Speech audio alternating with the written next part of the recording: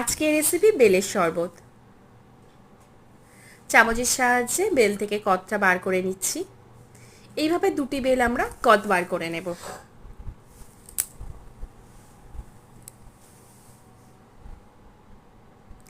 গরমে একদম শান্তি পেতে গেলে আমাদের খেতে হবে বেলের শরবত।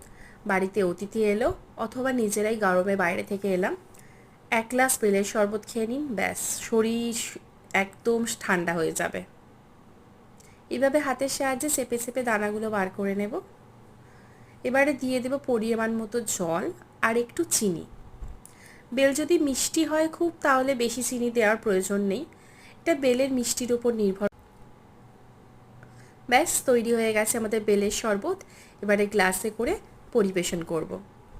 থ্যাংক ইউ ভিডিওটি দেখার জন্য। প্লিজ সাবস্ক্রাইব করে নিন এরকম ভিডিও পেতে।